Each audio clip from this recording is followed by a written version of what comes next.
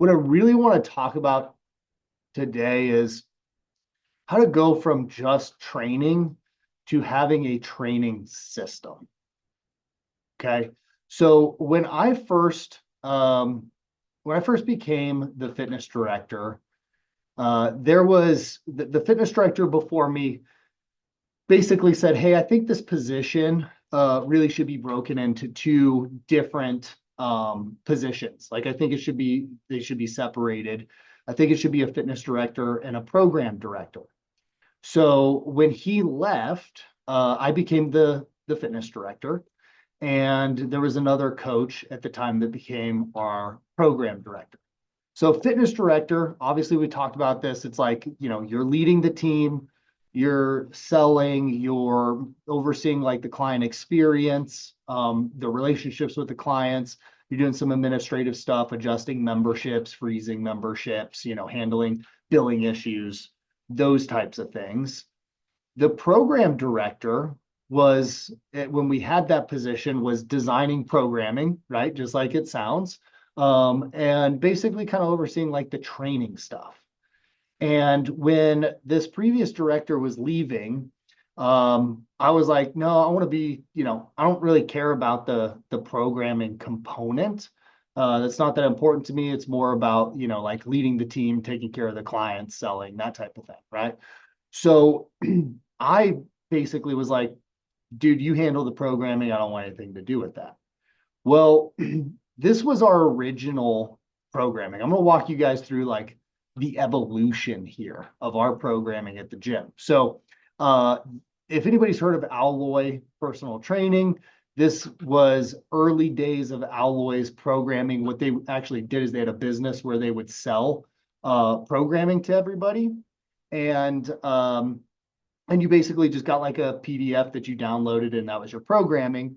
Looked pretty much identical to this, except we created our own, right? So my coach, my program director, would go in, and every single week he would write out five like strength training workouts and five metabolic workouts that we would take our clients through. So he was designing 10 workouts a week, essentially. So a lot of time spent in the office, like designing this. Pretty much everybody followed the workouts here that you see with the exercises on it. And then you had like these different levels. So like stability, strength, power. We had no system around like who was going to do strength, who was going to do power. We had no system around what workout we were going to do with the client that day, right? So like it would be Monday, and the coach would basically pull this up, like print this off, and then they would select from a list of 10 workouts what workout to do with each client that day. So what would end up happening is like coaches would look at this and be like, I don't feel like running that workout today. It wasn't like, hey, A is Monday, right? It was like, no, it's Monday and I'm coming in and I think, with this client, I want to do C type of thing. And when we would get done training the client, and sometimes we throw some strength stuff in there, sometimes we throw some power in there. There was no like system around it. When we would get done, we had these like coaches cards. Anybody use like anything like this or use anything in the past, like a coaches card? So we had a filing cabinet. Every client had a folder, and they had a client card in there. And so when we would train them, we would pull out their card and we would circle, they did performance A, we would date it, and then the coach would initial it. So we would get to the end of the week, right? Because we didn't follow any specific like structure or sequence. We would get to like Friday, and you would, as a coach, you'd have to pull this out. We trained 4 clients at a time then. Pull this out. And for 4 clients, it would take you like 6 minutes to figure out like, wait, what workouts has this client done this week? Okay. So it's like, oh, this client's done this client. Wait, okay, so you would basically be running 4 different, workouts with each client at the end of the week. So, and because we didn't have anything other than like this on a clipboard, right? Like you would keep having to go back to your clipboard and look at it, and then you'd get messed up. You'd be like, oh, wait, I had this person doing plank reaches. That's in that person's workout. Super messy, right? Um, so that was evolution one of our programming. Okay. So kind of some key things here. Number one is it's not really a system. It was just workouts, right? Like we just had workouts. Our system was like doing what you want and then documenting what workouts you ran with somebody. It was up to the coaches. It was not built with, the actual delivery of the training in mind, or with efficiency on the training floor in mind. Like there wasn't any thought when we're designing the workouts to like, hey, how is this going to flow if we're training 4 different clients, right? Or we have 4 different clients doing different things. It was on clipboards. So we hid that from our clients. Like it was almost like a secretive thing where we're like, hey, clients aren't allowed to look at our clipboards. We're the ones, running the training session. Because of that, there was really like, there's nothing proprietary on our programming, right? It's just like, here's exercises on a sheet. We take those, we run our clients through those workouts. And really, what it all came down to, the value that we were providing to our clients was the experience. It was all about the experience. Like there wasn't anything that was like a journey or a program that like, hey, we're taking you on this path. It's just like workouts, right? So that's what essentially what we were selling and delivering. I don't necessarily know if that's what we were selling, but that's what we were delivering, right? And as a director, when I took over, I was like, I, as a coach, was always like very theatrical and very like just entertain the clients while I was working out. I was really hard. I would make the workouts really, really hard. And that was kind of part of the theater of like how I would train. And when I took over as the director, I'm like, well, we just got to get our coaches to do more of that, right? And make the experience, better, more impactful for the clients. And so that's where my attention was at. It wasn't around like, hey, let's design something really, really high quality here. Okay. So that was evolution one. Okay.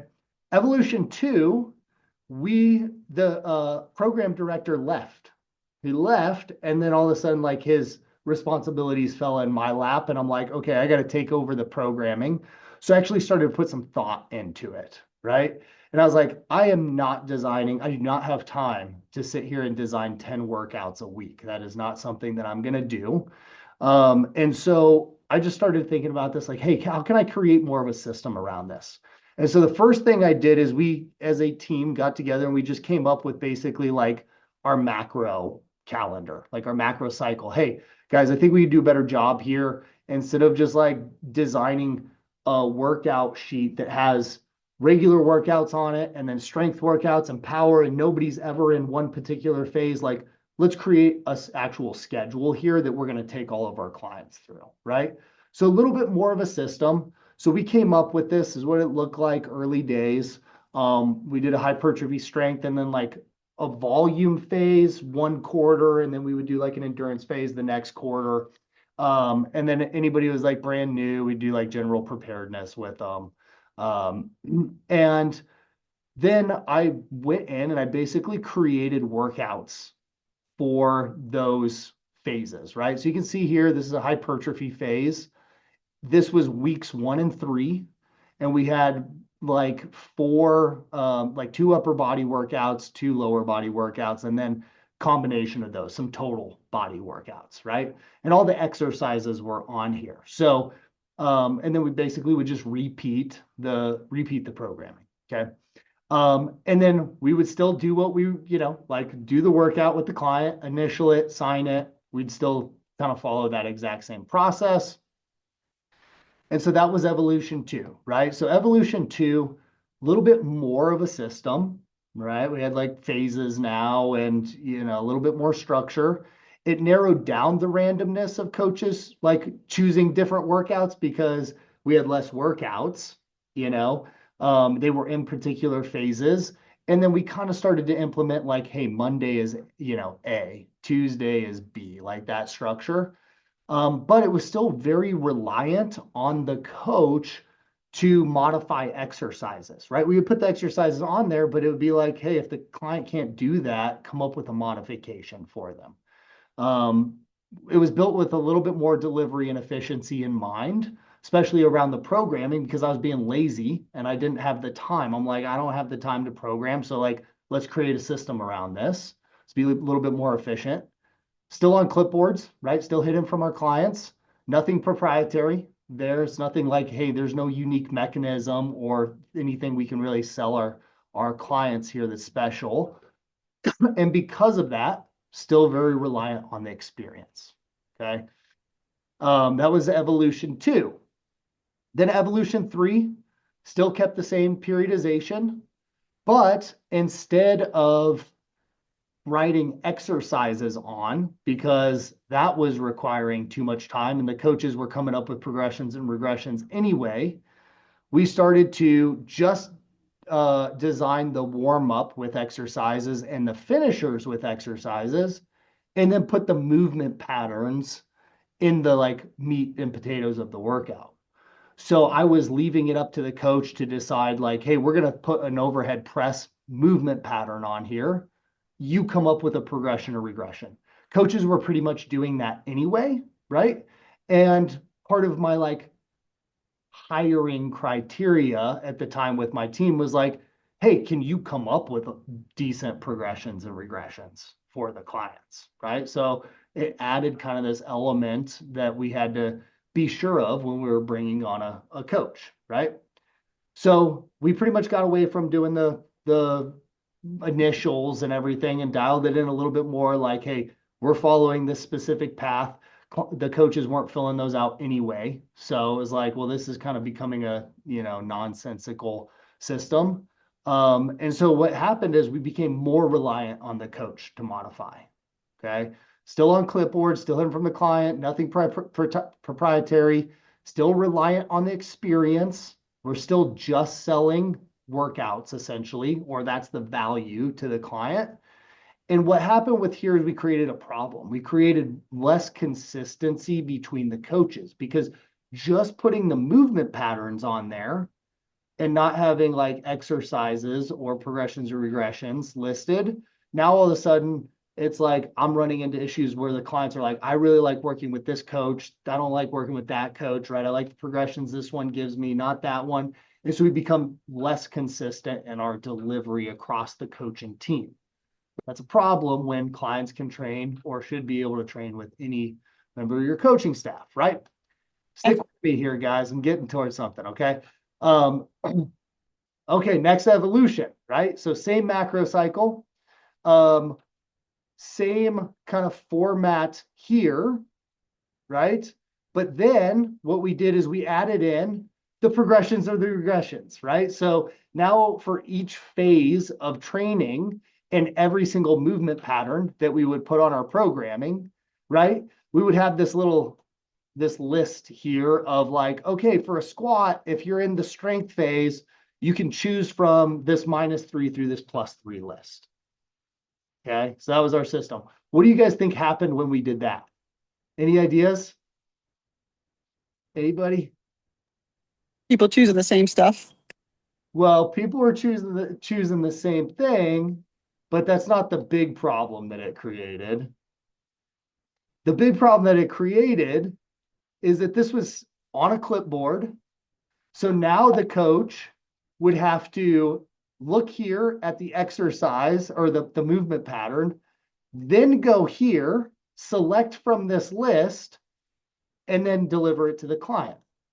So we became less reliant on the coach's modification selection.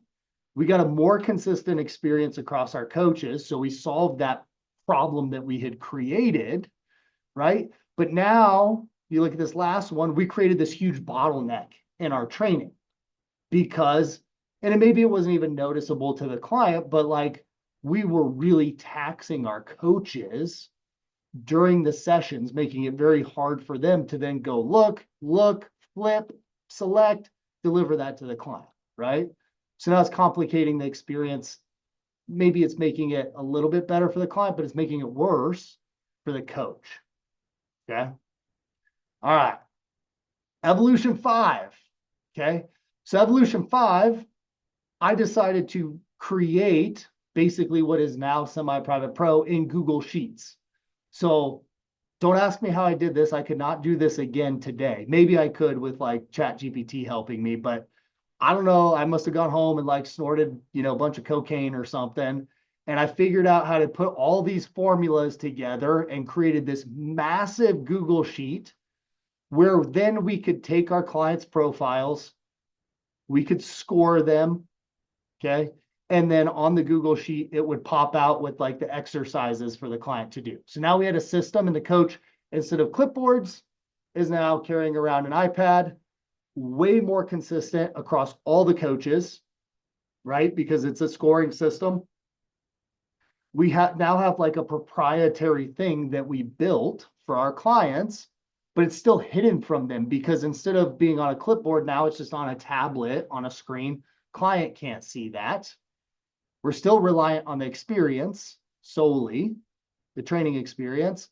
And the big problem is you can break formulas, right? So like I built this massive thing, and then I started spending all of this time going back and fixing the formulas that the coaches would accidentally click on, hit the backspace, erase, all of that, right? So I tell you all of this, right? Because what is the missing link across all of those evolutions? Anybody? Consistent delivery.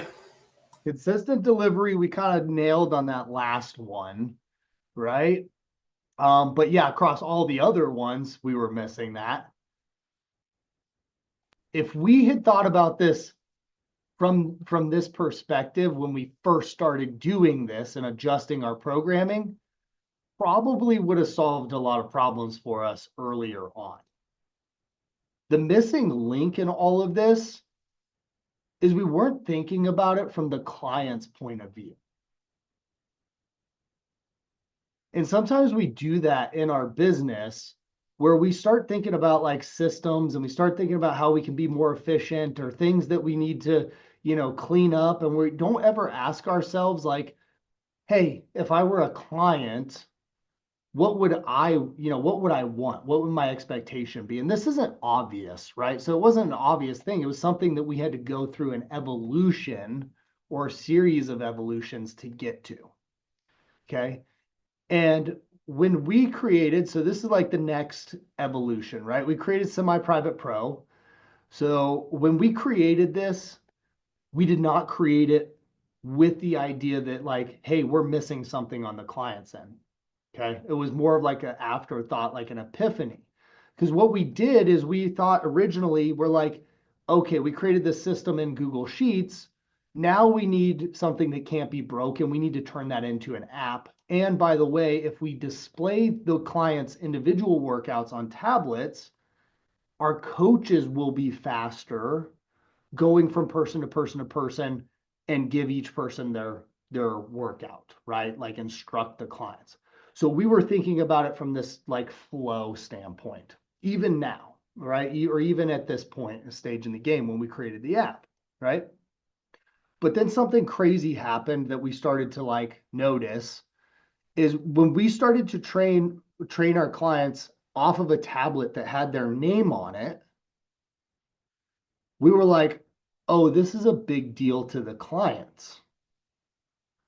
This isn't something that we realized. We were doing it from a perspective of like, hey, let's make our coaches better at delivering the training, the flow better. We weren't thinking like, what is the client, like, what does the client get out of this? What is their point of view, right? And so we started doing this. We started to notice like, not only was it easier for our coaches, going back to what we talked about, kind of last week, like setting up your coaches with wins, easy wins when they're like coming on board, right? But also is like, okay, this is really making a big impact with our clients. Okay. And then we realized maybe there's like some sort of journey here. Like because our clients are coming in and they're doing the workouts like maybe we can start tying some other things that we do inside the gym into this now that it's front and center for the client. Okay. So we thought about like, okay, we got this board, at the time it was built around Perkville and a point system, which was like a nightmare to deal with. So I was almost as bad as like designing 10 workouts a week. So I was like, well, what if we just tie it to like the number of workouts completed? That's the thing that we want the client to do anyway. So we switched this away from like a point system to just like a workout system, right? So essentially we took kind of this journey or like this cool gamification thing that we did for the clients and we built it into our training with zero effort on our end or zero additional work that we had to do on our end. And then we're like, oh, wait, there's more here to this. So we started gamifying all of these things, like having them track their weights and hitting new maxes, right? Changing their movement scores. And when we changed it, bringing up a notification so that then we could educate the client on like this next step that they had taken in their journey, right? And then like happy birthdays, happy anniversaries, building that in so that the client was like seeing it and we didn't have to do any extra work to like track it, right? Or know about it. So then we looked at that and we're like, hey, we could probably go a layer deeper here. We've got this macro cycle, right? That we follow. Why don't we turn that into like a USP? Most of our clients, like we want lifestyle clients, like we want their goal to be come in, work out, right? So why don't we just then take what we're already doing, turn it into a USP, educate our clients on it, and tie it back to the training. And then we looked at that and we're like, okay, cool. Now that we're doing that and there's a visual, right? And our clients are starting to understand this journey, why don't we build automation around like these changes so that we can get our clients to come in and do check-ins around our macro cycle, right? Around our lift cycle. And then, by the way, because this cycle is 90 days, when somebody starts, they start in our body mapping phase. So that's their first 2 weeks. So it's 104 days. We're like, this is a client's first 100 days. We could also build a journey into this to build out the client's first 100 days that coincide with our phases of training. So my question for you guys, right? I don't know how involved you are in the programming. If you're anything like me when I first started, I was like, I don't care. It's not that important, right? But my question is, what is the thing the clients do the most of in your business? More than anything else? What is the thing that they do? Complain.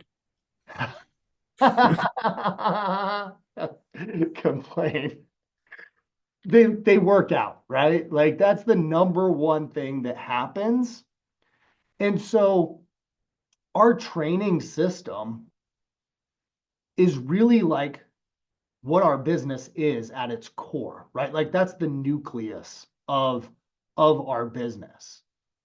And so my question is your training system built to deliver for your clients, for your coaches, for you, right? Like if you're spending hours programming, like because you don't have a system built around it, that's a problem.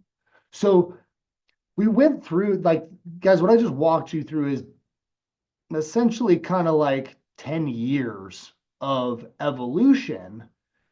But what we discovered is that like our training needs to be a system.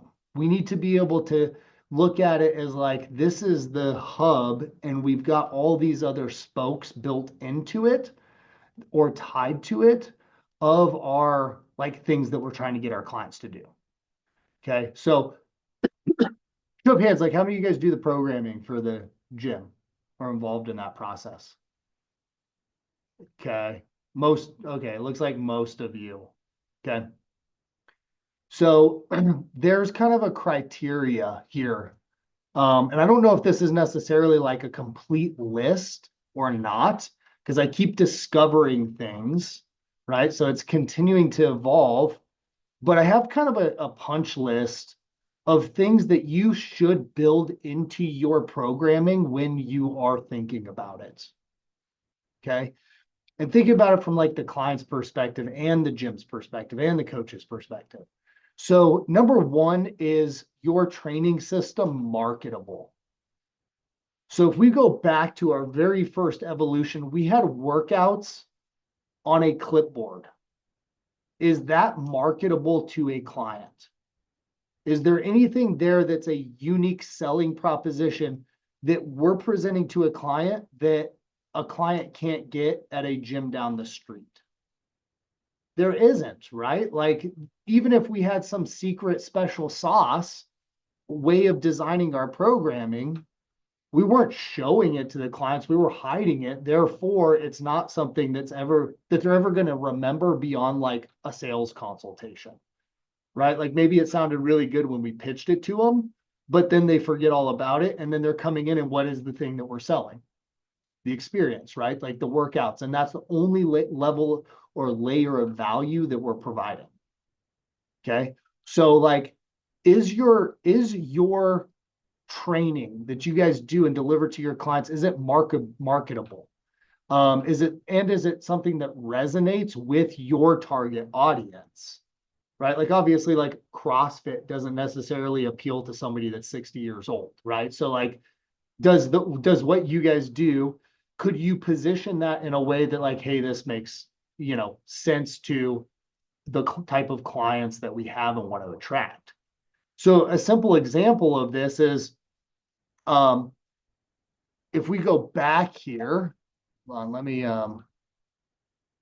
go, sorry, swipe through these. If we go back here, right, like you can see we called it movement prep, primary block, secondary block, core and isolation, met finisher. Does primary block mean anything to your clients? It has no meaning. They don't know, they don't speak the language, they don't know, right?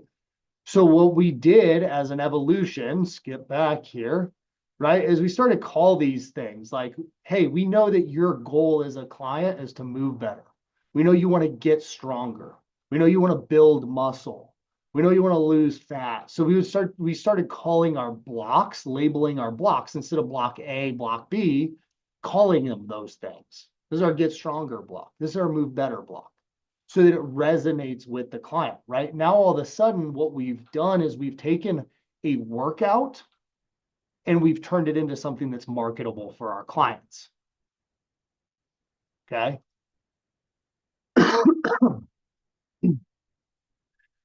Productized. Can you show it to your clients? This is probably the number one like missing component in our industry, right? Because we're service-based, we think that there's nothing like tangible that we give our clients or show our clients. We need to constantly be reinforcing our USP with our clients.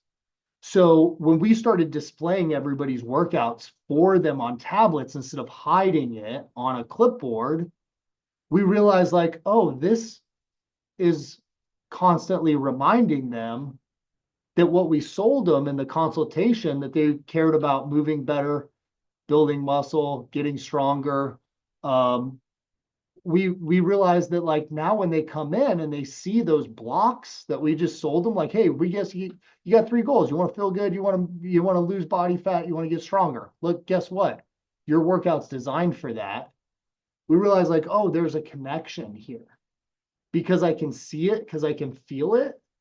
Now there's something tangible that carries more weight than just you saying, hey, I got this thing, and then the client coming in and just experiencing it without being reminded of it. Okay. is your programming or your training system scalable? So like if you guys do large group training, this is one of the nice things about like the luxuries of large group is that I can take an individual and I can plug them into that system with zero work and effort, right? Like it's, hey, I got a class, like you come in and I'm throwing you into the class, right? And sure, maybe I have to throw in one or two modifications for you, but like I don't have to do any work ahead of time, right? To like build out a program for you. If you train, if your training system is I get this brand new client, I got to go in, I got to design like 4 weeks worth of individual programming for that person. That's not scalable. Okay. So your system, I think, most of you guys do like semi-private training. You need to make sure that I can take that individual, I can plug them into the system with minimal work beforehand, right? We want it to be as close to like the large group head, just throw you into a workout type of deal as possible. Now, obviously, semi-private, like the client's paying a premium for a little bit more personalized approach. So we need that built into our system, right? We need to consider that. Okay. So that's why it's important, like with us, right? You look at our programming, it's like it's basically a template that then we take and personalize to an individual through a scoring system. Right? No effort has to be done before they come in for their first training session. Is it staffable? So I didn't know staffable was a word. I just was on this a kick when I was creating this. So, but like, can you take a new coach and can you teach them your programming system where they deliver a consistent experience pretty seamlessly with like minimal onboarding and training? That's really important because coaches come and go, guys. Like we talked about it last week, like average in the industry is a year, right? So like if it's a year, then that means there's going to be like a lot of turnover just naturally in our industry. Yeah, we can do everything we can to keep them, but at the same time, like our training system that our clients are paying us for needs to be built in a way where there's no breakdown in the client experience if we lose a coach and we have to bring somebody in that doesn't have the same level of experience, right? Is it brandable? Like, does it make the training consistent? We talk about this sometimes in like referring to Starbucks, right? I bring this example of it's like any Starbucks corner anywhere in the world, any barista, I order my coffee, it tastes the same, right? I recognize the brand recognition. I recognize the brand when I taste the coffee and it tastes like crappy Starbucks coffee. So like, is your training system built that way where I can teach somebody, right, to be like a barista, essentially, make the coffee, here's the recipe that you follow, again, making it seamless, right? But where every single time our clients are getting that brand, it's our brand, right? It's our gym's brand. Is it gamifiable? So like a lot of times gamification inside of our gyms, early evolutions for us was extra work. It lived outside of our training system, right? It wasn't built in within our training system. And for a long time, we would see like it was like a roller coaster. We would see like, oh, we're doing such a good job with engagement on our Perkville and our reward system and gamifying things for our clients. And then we would lose a coach, we would get busy, things that would start to get pushed to the back burner. And now all of a sudden, like the gamification and the fun and stuff for our clients starts to dip. And it's like, oh, shoot, like, yeah, we kind of haven't been paying a whole lot of attention to that. We got to get that back up again. Let's start creating more engagement around it. And it would become super inconsistent because it wasn't built into what the clients are already doing all of the time. Right? So like you guys are gonna, if you have things that are like, the levels board or some sort of loyalty reward system. It's like, how is that tied or built into your training system versus it being external and you have to devote a lot of time to it?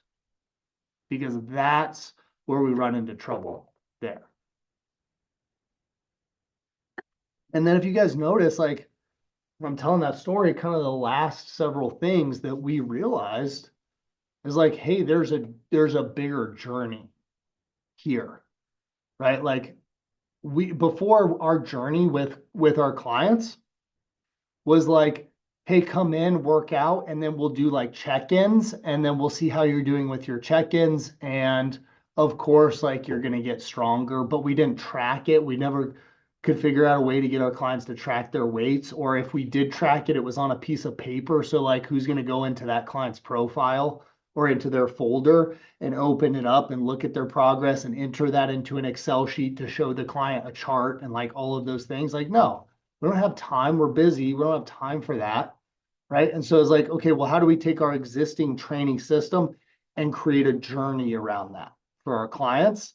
And the last thing was like relatable, right? How do we educate our clients, tying it back to our training system, of like, hey, here's your goals, here's what you're trying to accomplish.